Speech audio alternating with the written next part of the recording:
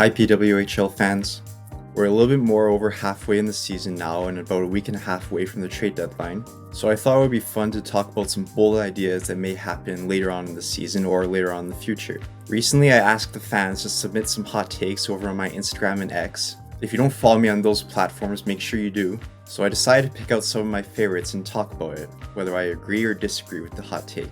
The first hot take comes from Gabrielle VX, who says the New York Sirens would perform better if they had a bigger fan base. So the Sirens have been struggling with attendance, even going back to last season when they were splitting time between Bridgeport and Elmont. They moved to Prudential Center in Newark, New Jersey for this season after getting their highest attended games there in their couple games they played there last season. So far this season, their highest attended home game has been just a little bit more than 4,000. Obviously, I can't guarantee that them having more fans is going to make them a much better team, but at the same time, sometimes more people cheering you on pumps you up to play better, which has been a problem for them as of late, as they've lost their last 8 games and they're playing with a lack of intensity. I don't know what's wrong over there, but I really wish they could get some more fan support. But what do you think is holding them back? Is it their coaching? I don't know. Is there team chemistry? I don't know. Is there lack of fan support? I don't know. Next, we have Frost Superfan, who says expansion headed to Detroit. I agree completely.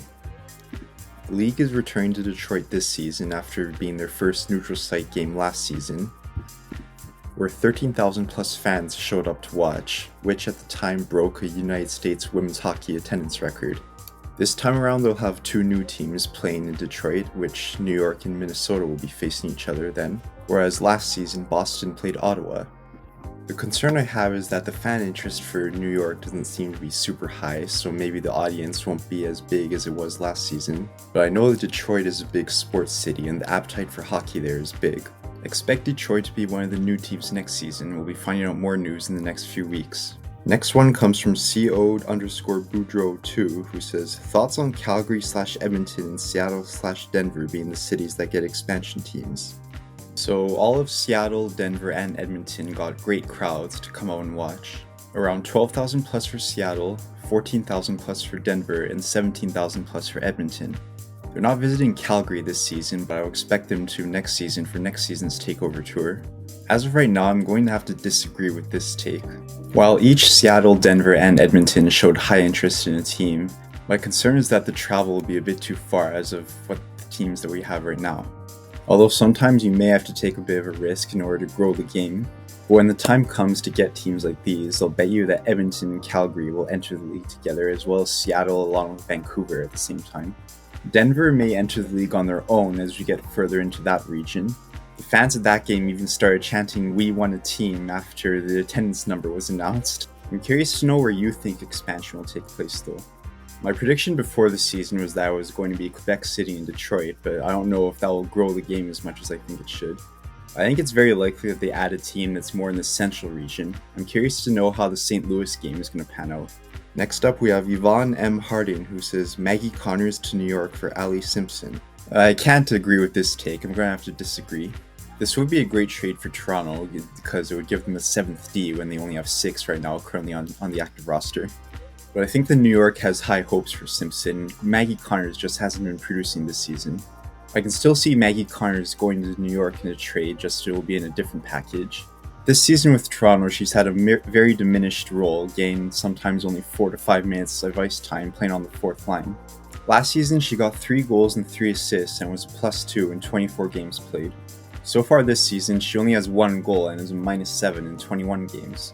A trade to New York would reunite her with Sarah Fillier, who was her teammate at Princeton University. In my previous video, I talked about how I think it's likely that she gets traded to Ottawa for Zoe Boyd. As of right now, I can't think of a logical trade package that would make sense for both Toronto and New York to send Connors to New York.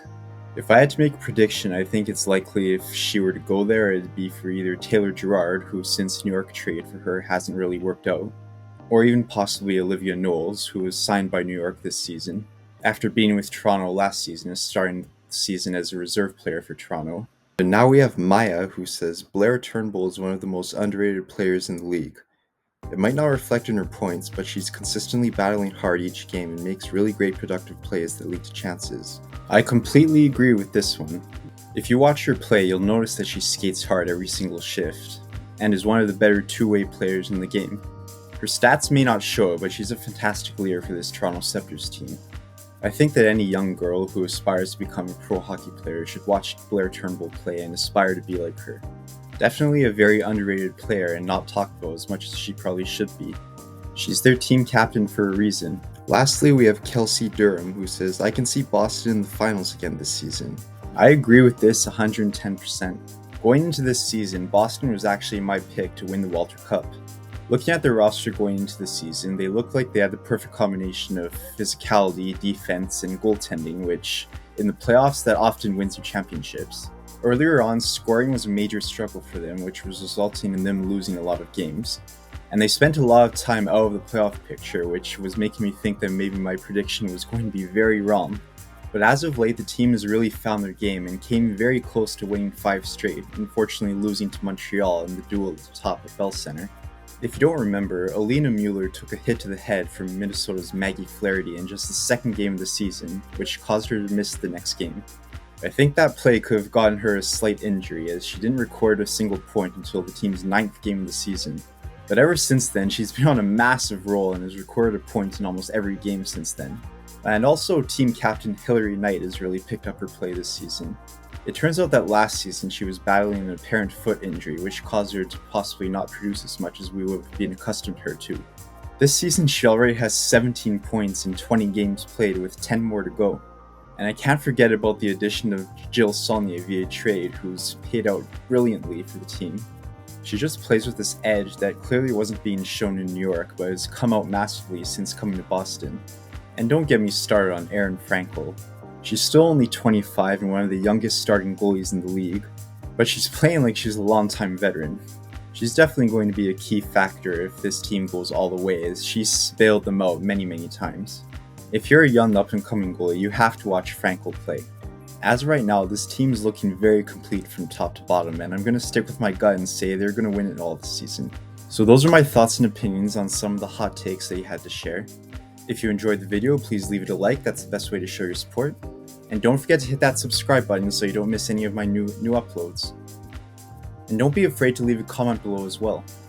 Did I forget to say anything? Is there another hot take you want me to talk about in the comments? For those of you that may have submitted a hot take and I didn't respond to it, don't worry, I'll be doing this again in the future and I'll hope to respond to you later on. For next week, I hope to create a video about mock trades, so I'll be asking you to submit some potential trades that you may want to have me talk about over on my Instagram and X. If you don't already follow me over there, be sure to make sure you do. But that'll wrap it up for now. Until then, I'll see you next time.